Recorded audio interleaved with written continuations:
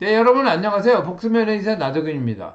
오늘은 어제에 이어서 응급처치 중에서 가벼운 누구에게나 필요한 가벼운 창성처치 두 번째 시간 지혈에 대한 얘기입니다. 지혈은 피가 나니까 마음은 급하지만 그렇게 급한 건 아니에요. 간단하게 차분하게 하시면 잘 할 수 있는 겁니다. 지혈은 두 가지로 나누죠. 직접 압박하고 간접 압박으로 나눕니다. 직접 압박은 상처 부위를 직접 압박하는 것이고, 간접 압박은 이제 상처 부위 상부에, 그러니까 중심적으로 그쪽을 차단해서 지혈을 도모하는 거죠. 그래서 간접 압박의 대표적인 것은 지혈대입니다. 지혈대는 동맥혈까지 다 차단해갖고 팔다리를 절단하더라도 생명을 구해야 할 때 하는 겁니다. 근데 제가 고등학교 1학년 때 그 응급처치를 배운 후에 필요한 상황이면 지혈대를 내가 감아야 되겠구나 싶어서 가지고 삼각권을 2년 동안 가지고 다녔습니다. 그런데 당연히 한 번도 해본 적이 없고 그 후로도 의사가 돼서 지금까지 살면서 뭐 병원에는 그런 분들이 오시지만 병원 밖에서 지혈대를 감아야 되는 상황에 부딪힌 적이 단 한 번도 없습니다. 저도 뭐 많이 돌아다니고 운동도 많이 하고 등산도 가고 암벽 등반도 하고 뭐 스쿠버 다이빙도 하고 그런 운동을 하는데도 그런 상황에 부딪힌 적이 없습니다. 그러니까 일반적으로 거의 대부분의 경우에는 뭐 지혈대를 감아야 될 상황에 부딪히지 않으니까 지혈대는 있는 게 좋다 이런 말씀 드리고요. 그 다음에 그러면 이번식 직접 압박만 말씀드리도록 하겠습니다. 직접 압박은 손가락으로 상처 부위를 직접 압박하는 겁니다. 그리고 상처 부위를 심장보다 올리면 그걸로 출혈은 멈춥니다. 출혈은 생각보다 마음은 급하지만 그렇게 급한 거 아니다. 이렇게 말씀드리고요. 절대로 꺼지나 선수 같은 거 대지 마라. 영화에 보면 뭐 그냥 하지 않고 뭐 꼭 옷을 대거나 무슨 뭘 대고 이렇게 누르려고 그런 장면들이 많이 나오는데 절대 그렇게 하지 마시고요. 그냥 직접 손으로 누르시면 됩니다. 지혈제를 바르는 경우도 뭐 군인들 같은 경우에 무슨 가루를 뿌리고 감는데 그거는 지혈하려고 감는 게 아니고 그게 썰파제 가루가 있는 겁니다. 그래서 6.25 때나 2차 대전 때 쓰던 건데 그 썰파제 가루가 있어서 감염을 막아주는 겁니다. 그래서 가루로 지혈하는 것이 아니고 동맥이 만일에 잘렸는데 거기서 동맥성 출혈을 하는데 지혈제를 감아서 한다? 뿌려서 지혈한다? 절대로 지혈되지 않습니다. 그러니까 그거는 지혈하려고 하는 게 아니고 감염을 막아주려고 하는 거다. 이런 걸 이해하시면 되고요. 상처가 만일에 넓어서 손가락이 모자라면 손바닥으로 누르면 되는데 이럴 가능성도 거의 없습니다. 저는 한 번도 지금까지 손바닥으로 눌러야 되는 상처를 본 적이 없습니다. 병원 밖에서. 만날 경우도 거의 없다. 어쨌든 손가락이 모자라면 손바닥으로 누르면 된다. 이렇게 하시면 되고요. 다시 말씀드리지만 상처의 대부분 99%의 상처는 지혈이 급하지 않습니다. 왜냐? 저절로 멎는 거예요. 그냥 둬도 멎어요. 그러니까 너무 급하게 생각하시지 말고 급한 경우는 오히려 잘못된 처치. 그러니까 상처가 여기 있는데 위쪽에다 감는 건 봤죠. 그러니까 우리가 응급처치에서 지혈대를 잊으라고 말씀드리는 이유가 그거예요. 간접 지혈은 잘못하면 오히려 나빠요. 그러니까 위쪽에다 감았는데 동맥 치료를 완전히 차단하지 않으면 오히려 피는 동맥을 통해서 나오는데 되돌아가지를 못하기 때문에 출혈이 조장됩니다. 나온 피가 갈 데가 없으니까 정맥 출혈은 막았고 그러니까 이 상처 부위를 통해서 피가 더 많이 나오게 되죠. 그러니까 응급실로 병원으로 막 피를 뚝뚝뚝뚝 흘리면서 들어오는 분들은 거의 전부 다 위해를 막았어요. 이렇게 위해를 몰가로 대충 두들겨 말아갖고 오니까 혈액이 들어가지 못해서 오히려 출혈을 더 많이 하게 된다 이런 거죠. 그러니까 그러지 마라 이런 거고요.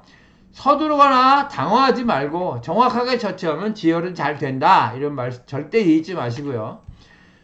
그 다음에 할 일은 벌어진 상처를 붙이는 거죠.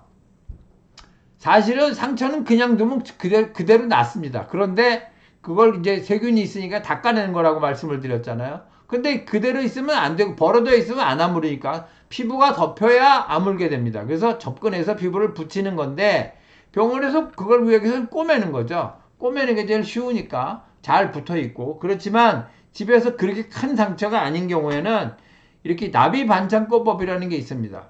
이게 찢어지면 탄력에 의해서 벌어지게 되는데 그걸 당겨가지고 양쪽에서 반창고로 붙여줘서 벌어지지 않게 하면 사실은 그게 제대로만 하면 꼬매는 것보다 더 좋습니다. 흉이 더 덜 지거든요. 그렇죠. 그러니까 한 개를 붙여도 되고 좀 넓은 경우에 세 개를 붙여도 되는 거죠. 이 가운데 접어넣은 가운데 부분은 이렇게 반창고 안으로 접어넣었기 때문에 이제 접착력이 없죠. 그래서 상처가 좀 미끄러져서 붙어야 되니까 그렇게 해서 당겨주는 건데 그것도 잘 모르겠다. 그럼 그냥 붙여도 됩니다. 한 손으로 잡고 또는 누가 한 사람이 붙여 접근시키고 다른 한 사람이 반창고를 약간 당기는 느낌으로 붙여주면 상처가 붙어 있기만 하면 되니까 그렇게 하면 됩니다. 그리고 이제 탈과상은 뭐 벌어진 게 아니고 피부가 탈락된 거니까 그냥 저절로 기다리면 지혈이 되는 거고, 이제 찢어진 경우는 지금 말씀드린 대로 잘 붙이고 지혈하면 되는 거고, 찔린 상처는 출혈이 심하지 않아서 생각보다 급하게 생각하지 않는데 가볍게 생각할 수 있는데 생각한 것보다 훨씬 심한 거다. 그래서 상처 안에 세균을 닦아내기 위해서 없애기 위해서 또는 밀어내기 위해서 피를 안에서 뭐 다른 방법이 없으니까 피를 안에서 짜면은 피에 밀려서 세균이 나오도록 그렇게 하는 방법을 씁니다. 그러니까 찔린 경우는 피를 좀 짜내라 이런 말을 하는데 그게 이유가 세균을 밖으로 뽑아내는 것 때문에 그렇다 이런 거죠.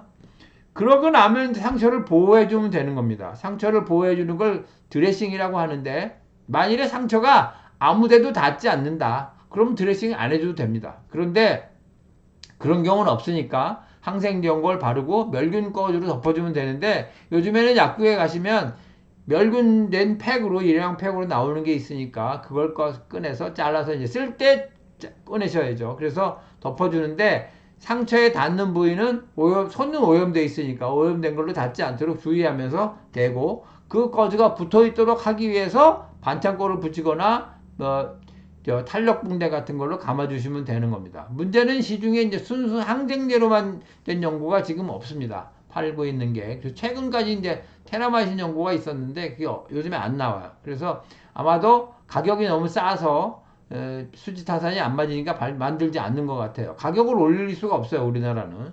그런데 아무튼 복합제들 연고가 많이 있으니까 그런 걸 뭐 순수 항생제 연고만은 못하지만 그래도 뭐 복합제 연고라도 바르면 그것밖에 없으니까 그렇게 하시면 되는 겁니다. 아무튼 정리해보면 탈과상은 그냥 덮어주면 되는 거고, 절착인 경우는 봉합을 하거나 이제 나비 반창고법을 하는 거고, 찔린 상처는 역시 덮어주기만 하는데 생각보다 심한 거니까 이 안에 있는 이물질을 잘 제거해야 되기 때문에 그런 의미로 출혈을 피를 좀 짜내기도 하고 하는 거다. 그래서 감염으로 진행될 가능성은 자착인 경우가 제일 많다. 꼭 주의를 해야 된다. 이렇게 말씀드릴 수 있겠습니다. 그리고 나서 이제 병원으로 외래를 방문해서 치료를 받으시면 되는 거죠. 그래서 항생제와 소염진통제를 복용하게 되는데 어쨌든 웬만한 상처 가지고는 이렇게 하면 응급실 가시지 않고 외래를 방문해서 치료를 받으실 수 있습니다. 네, 오늘은 누구나 겪게 되는 가벼운 창상 처치, 지혈에 대한 말씀 드렸습니다. 오늘 여기까지 하고 다음엔 또 유익한 영상으로 돌아오겠습니다. 감사합니다.